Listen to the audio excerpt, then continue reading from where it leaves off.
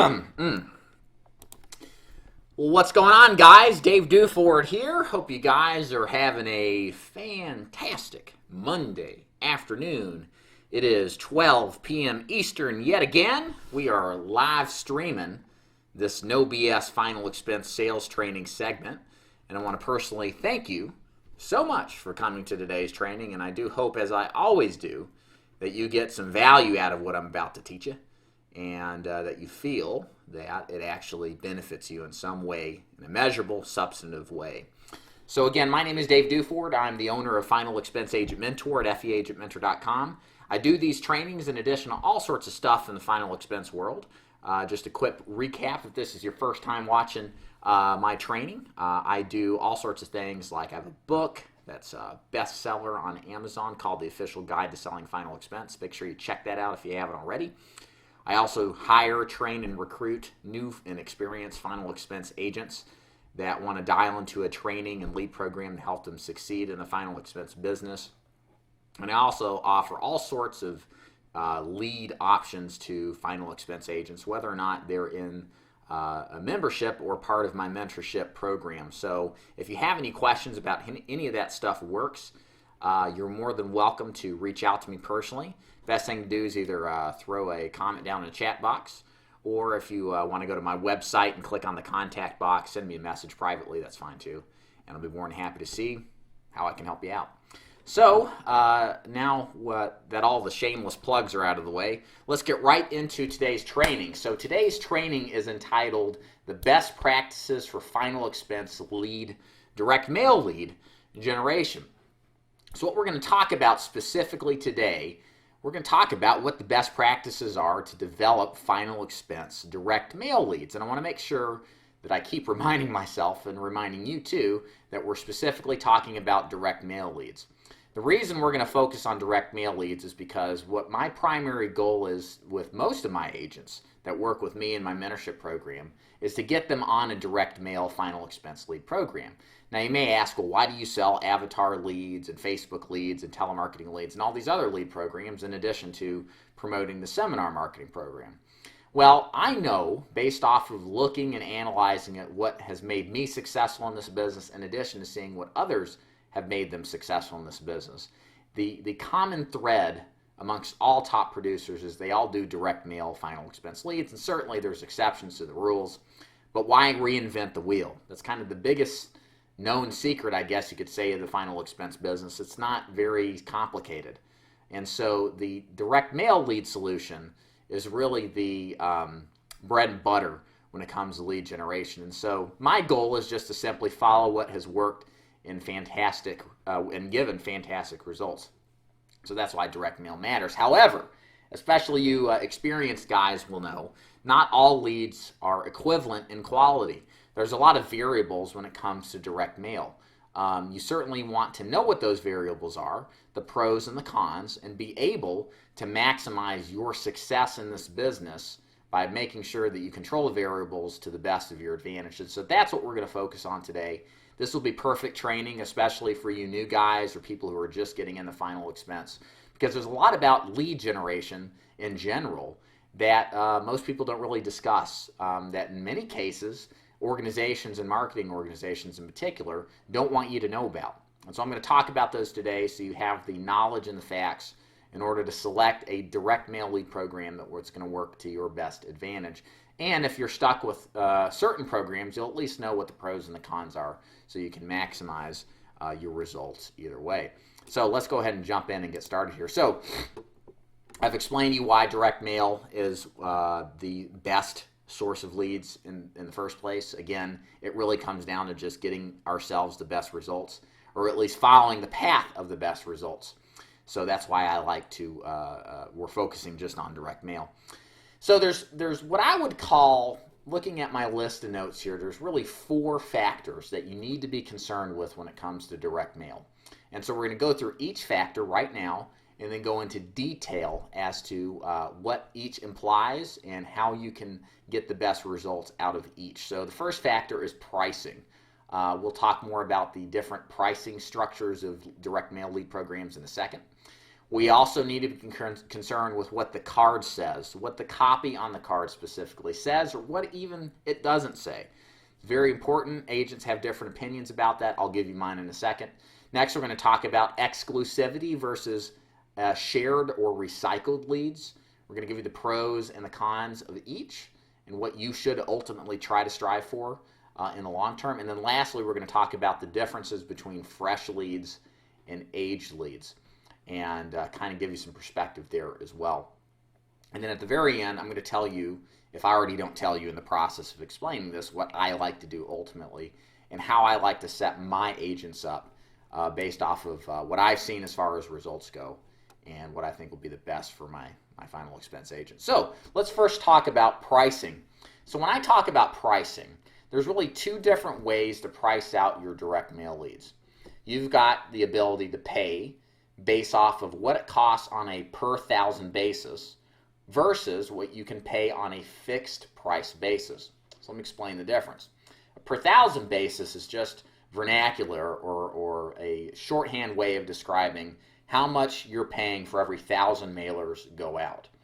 In the final expense market, if you talk to direct mail houses, you're going to see, on average, you may see some exceptions to this, on the low side, closer in the upper 300s, the low 400s, all the way up to the upper 400s. So for example, 390, 400 being the lowest, and then 475 to 490 being the absolute highest. Like I said, I've heard of vendors being higher than that. I've heard of them being lower than that. You certainly want to be wary of what the higher amounts are going to run. I'm not sure if anything in particular warrants that amount more than what you'd get on the middle ground, but somewhere price range in those areas is suitable enough for me. So on a per thousand basis, there are usually some advantages with the per thousand mailer program. First of all, they kind of come with the fact that they usually are exclusive and fresh to you. We'll just assume that. We'll go into more detail about the meanings of those later. But the point is that it tends to be that a per thousand program usually implies that they're your leads. The mail houses typically don't resell them, and nobody else is going to get them either. Sometimes they come faster than other programs, so you get your leads on hand faster, so that's less cash tied up in your direct mail programs. That's always a good thing. And lastly, the pros, or I should say that, so those are the pros. The cons with a per thousand mailer, and this is kind of the general atmosphere nationally. It doesn't matter if you're watching this in California or up in Maine or in Florida. This generally is the issue in the final expense business. It's that it's very hard to get leads affordably, especially on a per thousand basis. The one variable nobody has control over, whether on a fixed price program or on a per thousand program, is what the actual number of leads will come back as. I can't tell you if you're going to get 20 or you're going to get 2. We kind of know with some expectation based off of experience what the range is going to be. But there are occasions where variance swings response rates dramatically one way or the other. And so it can be a very frustrating experience if you're buying leads on a per thousand basis, especially in low response markets, to get back only 10 leads out of 1,000 when you paid $475 for them. That means your leads are $47.50 each. That is extremely expensive compared to the fixed price leads, what we're going to talk about now, because fixed price leads have kind of been the trend in the final expense business for the past couple of years for reasons just mentioned, namely the response rate quality. We are able at Final Expense Agent Mentor to get fixed price leads $30 and under. I think the range is $26 to $31, $32 per lead. Most of what we charge a guy is $30 a lead, and then the variables are based off of demographics and age filters and that kind of thing. But the important point here is that the agent knows exactly what they're going to pay for their lead. There's no if, ands, or buts. It's $30 a lead, and if the response rate return is poor, then the mail house eats that lost cost. So if their actual cost is $35, but your cost is $30, they lose money on the deal, but you don't pay a dime more than the $30 per lead. Now, why is that powerful? Hopefully you can see why. You're able to streamline your expenses and know exactly what to expect week in, week out with what your final expense direct mail lead generation is going to be. So that's just in itself a very comforting thing. You know exactly what to expect. There's no surprises. The only surprise you'll get is if response rate is low for some reason. And understand that even though while that may suck, the reality is you didn't have to pay $47.50 a lead. You still only paid $30 a lead and didn't lose your shirt on the deal. So fixed price leads are kind of where I generally suggest most agents to go. It just depends a lot for me and my organization on where they live specifically. If there are certain states in the Southeast where response rates are absolutely horrible, and I will want them absolutely on a fixed price direct mail program. There are some states that aren't bad for response rates, and a per thousand rate is fine. As long as the person is comfortable with the variance in response rates, we'll go that direction if the response rates are okay. If they're not, even if I think it's fine, then the fixed prices are fine. Because ultimately, at the end of the day, what the lead card says and all that stuff, you know, guys are going to sell so many deals. The lead cards, as long as you're using decent ones, what it says and the differences don't matter that much. But the important thing, really more than anything, is to control your costs and have a level of comfort for you as you're investing your money into a business which you're going to try out. And there's inherent risk in any business venture. So controlling that risk is a good thing. Okay, so that's the difference between fixed pricing and per thousand and the selection for best practices. The next one here is what the card copy says. So what I'm going to do here is I'm actually going to show you two different lead cards that we do and have access to better get an idea of what I'm talking about. So let me make sure you guys can see this okay. Hopefully you can. Yeah, I think we're good. Okay, so there's really, in my notes here, I'll pull up so you can see, you got vague versus less vague. So the reason I put that down is because there's no such thing as a perfectly worded card that lacks any sort of vagueness. All lead cards, it doesn't matter if it's in final expense or if it's in some other business, they're all going to have a level of vagueness because curiosity is spurred by not getting all the facts or not getting all the information.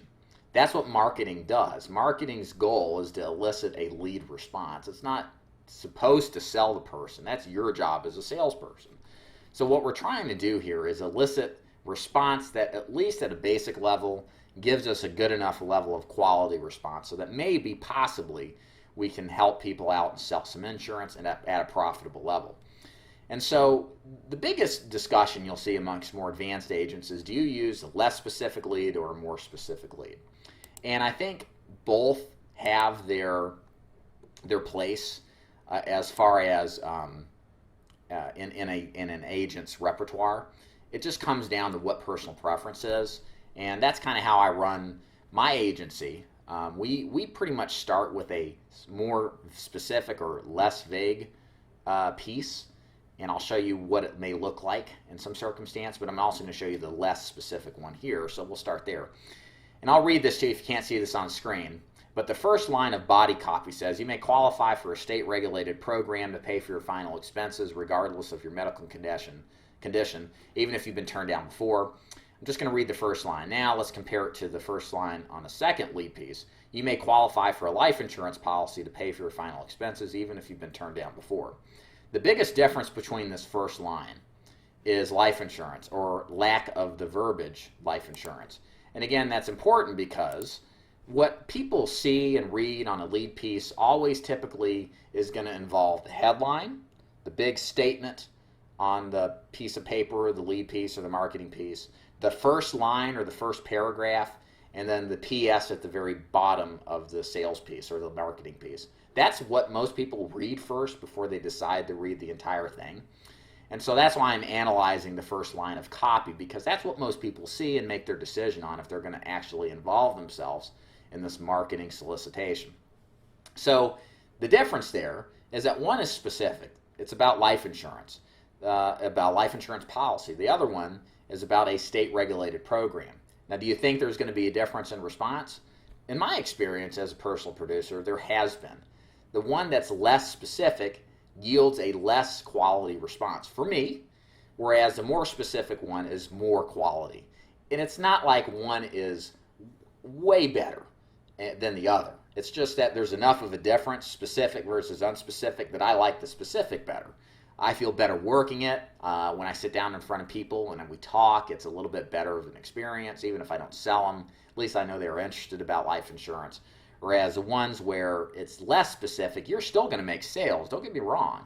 It's just you deal with a lot more BS. There's a lot more people who think it's government cheese, it's Uncle Sugar, doling out more subsidies and handouts to people who already get enough and want more. And so I get tired of that, to be honest with you.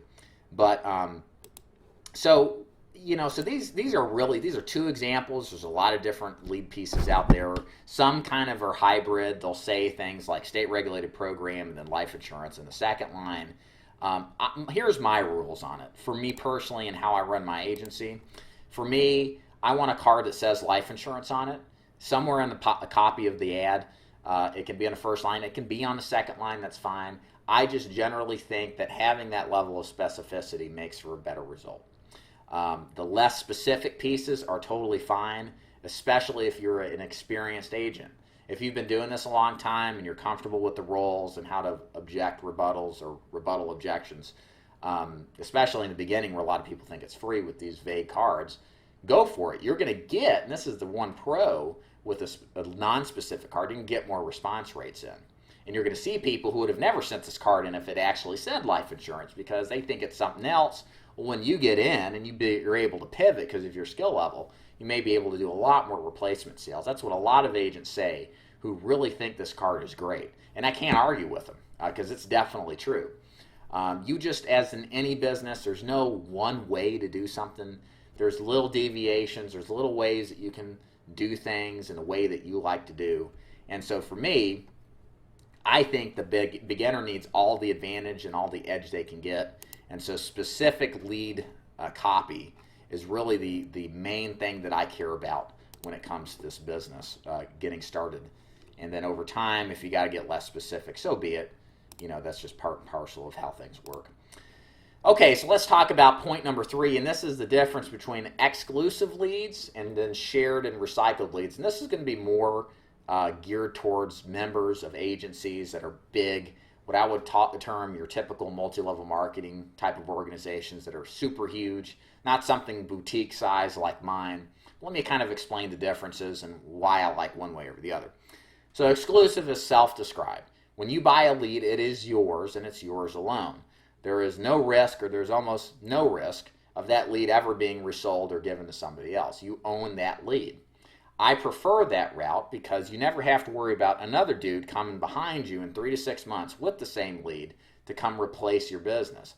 There are many big, again, multi-level marketing geared organizations that resell those leads or share them amongst other agents. You don't really see so much of the shared leads in the final expense business as you see recycled leads. They're sold, then, and what happens in 40 days, 50 days, 60 days, whatever the time limit on, then they're put back out in the market at a discounted rate for some other guy to buy them and then go back to see that person. Obviously, the risks that you run is what if the guy buys the leads, goes and runs it, and gets you replaced. Those are frustrating things that you don't want to deal with and minimize. The justification a lot of these organizations use is, hey, this helps keep our lead costs under control so we can give you a good price. And I don't really buy it. Plus, I just don't like the risk inherent. If I buy my leads, I expect them to be mine. There better be a good reason why they would not be mine under certain circumstances, and it's very rare that I would be okay with it. The only way I might be okay with it is if there was a situation where I have really good leads to access the leads at a fixed price, at a good price, and after 60 days, the ones I didn't sell are resold again at a discount. At least I gave them a shot and know I worked them. And, if somebody else goes in to try to sell them, at least I know I tried. Now, again, it just depends. I'm not saying that's a situation where I'd be okay with 100% of the time. I just really have to think about it. Plus, the price has to be right to offset that fact, too. But it's one of those things where I might consider something like that. Otherwise, 99% of the time, how I do it in my program, agents buy my leads that I have through direct mail sources. They're exclusive to them. and they're theirs whether they work them tomorrow or a year from now. Nobody else ever touches them. With that said, the last thing I'll mention here is that exclusivity is definitely important, but you're going to have other agents sell your prospects, because a lot of these people we see out here are chronic card mailer sender-outers. They send out multiple cards a year. They'll drive you crazy because they just won't stop. I had a lady send in 3 cards in the last year that lives up the road from me. I wrote her the absolute cheapest plan that's available in Tennessee. She keeps sending these damn cards in. I had another lady, a town over from me. She sent in like 5 in 3 years. I mean, these people are crazy. They just don't listen. I told her, I said, don't send any more cards in. Because it's funny, too, this particular prospect, I sold her 3 times out of the 5 times, and every time she laughs. So it's like 3 strikes and you're out. Should have been first strike and you're out, but hey, I'd give it a shot if I can. And so I've got numerous stories like this, and they don't really represent a huge portion of the population, but it's going to happen, and your prospects will send in other cards. And that's more of a reason from a sales perspective to sell in a certain manner and make sure that you're a broker. You know, that's why I do multiple carriers and make sure that the next guy that walks in can't replace me off of price. And I'm locked in hard at a very good deal. Okay, so last point here I want to mention here. Before I do so, Symphony has a question. How you doing this morning, Symphony? She says, David, good morning. Do you do the free Walmart gift cards? If so, do you give them only if they will accept appointments? If not, do you still send them? Yes, so here's how I do it. If you do the Walmart gift cards, you're giving a gift card per, not appointment. You're giving a gift card per card sent out. So what you want to do is every time you talk to these people, you want to give them a gift card. So whether you do that on the spot or whether you mail it to them later is fine. I find the gift card offer boosts response rates tremendously. I really like these lead cards, but they don't reduce quality. That was the big concern I had before doing them. So yeah, you can stop by Walmart, buy 5 or 10. Each time you see these people, give the card to them, because again, it's technically done based off of send this card back and get a free gift card. So when you see them, give them the gift card. Hope that answers your question. Got another one, feel free to ask me. Okay, so let's talk final point here about the difference between fresh leads and aged leads. So fresh leads are fresh leads. They get scanned in, they get sent to you, you can work them right away. Aged leads come in all sorts of varieties. Sometimes they're a month old, sometimes they're a year old or more. So what are the differences? Well, fresh leads, I think, are the optimal way to start and continue in your final expense business. You want to be the first guy in the door. Many times people will send 1 or 2 cards back. You want to be that first guy in before anybody else gets in. Because if you sell the deal, the likelihood that they'll stick with you is very high, because they don't want to sit through another 2-hour sales call. Because the first couple of months are the toughest to get replacements. So if you're in there and you get the deal done, it doesn't really matter who shows up, especially if you've done good on pricing, they're not going to be able to do anything. So it's very powerful and very important to get fresh leads, ideally. Now with aged leads, you can still make plenty of sales off of aged leads. I've bought aged leads time and time again each year of my existence in this business. My favorite aged leads are those that are, up to 3, maybe 4 months old. Once you get to 6, 12 months old, they kind of deteriorate in quality because a lot of times they've sent another card in and somebody's bought. And if you buy those kind of aged leads, the best way to work them is just to door knock them. Show up at the door with the card in hand. Don't call. Just get in front of them at the door, because it's much easier to get into the door, because a lot of the deals you'll sell off of aged leads are replacement deals. And there's a lot of resistance to people saying, I just bought a deal. You sent that card in and I had another one and I bought a deal. There's a lot less of that at the door, and you can kind of get a little more of an edge if you do that. So they're very good for guys getting started that want door knocked leads. They're very good, 6, 12 months plus, as long as you can get them cheap enough. I mean, aged leads for me, when we're looking at 6 months or longer, it's like $5, $10. I don't want to pay any more than 20, that's for sure. And 15 is a little too steep too. $10 is a solid number. You go buy 50 of those, man, you can stay busy for a week or two like that, especially if you're new. And that's well worth the investment. As far as for me and what I do in my business, that's the other thing I want to mention. For aged leads, my preference is unworked aged leads. These are aged leads that never were purchased. versus those that were purchased and then worked and now that are back up for sale. If I have a choice, it's with the aged, unworked leads. They're going to get the best results there. But my preference, and this is where I start new agents at, is to do fresh leads. This business is very competitive. It's simple, but it's not easy. And you want to keep every angle of edge that you have intact as much as possible. And what I mean by that is you want to work fresh leads. You want to be the first person in the door. You want to use specific language on a lead card as much as possible, just to make sure you're dealing with, in what I figure, in most circumstances, a better quality prospect. And you want to definitely control your pricing. And so you got to get as much edge as you can. And that's why I like fresh leads, because they give you the best edge. So to conclude here on today's training, the bottom line here with with best practices for lead generation, probably asking, what do I do? So hopefully you've been able to piece together what my strategy is. But here's what I do. When I bring a new agent on, if they have the ability to afford a direct mail program, and that's the key. If they don't, then we'll start with avatars, telemarketing leads, maybe Facebook leads, maybe seminar leads. We'll do some kind of alternative lead program to get started so they can bankroll themselves to a direct mail program. That's the concept with those other programs. But if I get a guy that can start with direct mail, most likely we're going to do fixed price leads, especially if he's in the Southeast. If he's in some market where response rates are known to be a lot higher, we'll probably go to per thousand rate. I'll always suggest guys start with a card that has life insurance listed on the body copy somewhere.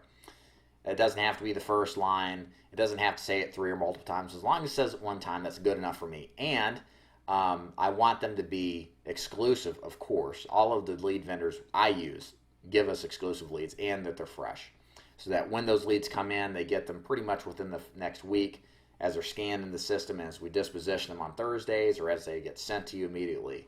You've got the best chance of seeing a really good prospect that was very interested not too long ago, and the most likely are interested in life insurance instead of a government program, and you're paying a well-known price on an affordable rate to get in front of that prospect. That's what I do. And that is the best way to manage the lead program, not just for the short term, but the long term too. And I'll say this to leave with, I've been in this business 6 years. I have tried every single lead program you could ever imagine. I've probably tried it, probably wasted thousands and thousands of dollars on stuff that never panned out. And 6 years to the date, 6 years, I am still doing this exact same setup that I just described. Not only am I teaching this to you to do it, but I actually personally do it. And anybody who rides along with me can attest that the approach that I use is exactly similar to the one that I just described. And that should cause you to have some thoughts and concerns in the sense that, wow, this business really is simple. It's funny because it's been around for a heck of a lot of time. And the guys that are doing it successfully are doing it in this exact same way. It's like there's really no big secret or some big complex system like in a lot of other marketing activities. It's really just this simple. Do your direct mail every week on a consistent basis. Follow these steps I've outlined. Then go work hard, and you probably will get some pretty good results. Symphony, I'm going to say your question in just a second. If you guys have any questions out there, feel free to leave them live right here. I'll answer them on the spot, or if you're watching this later, feel free to leave a comment down in the comment box. I'll be happy to address your question there. Symphony asked, do you allocate $2,000 a month for direct mail? I actually do more than that. I work a lot more leads. $2,000 is great for a starter. That should buy you 15 to 20 leads, depending on what lead program you use, which is a good starting point for a new agent. Probably about 20 leads would be good for 20 to 25 for a full-time agent is what I would consider to be a good starting point. Like I said, guys, if you're interested in anything that I do in the final expense world, if you're interested in my book, if you're interested in training in the mentorship program, working with me, whether you're new or experienced, if you're interested in the lead programs that we offer as well, check out my website. It's feagentmentor.com. And go to the contact box if you'd like to send me a message. If there's anything I can help with, I'll be more than happy to. My name is Dave Duford, and this is the No BS Final Expense Sales Training live stream. And we will see you next Monday. If I don't actually stream another live stream from my training or field producing in the field, probably will. If I don't see you then, I'll see you next Monday. And you guys, thanks so much for joining. We'll see you next time, okay? Thank you.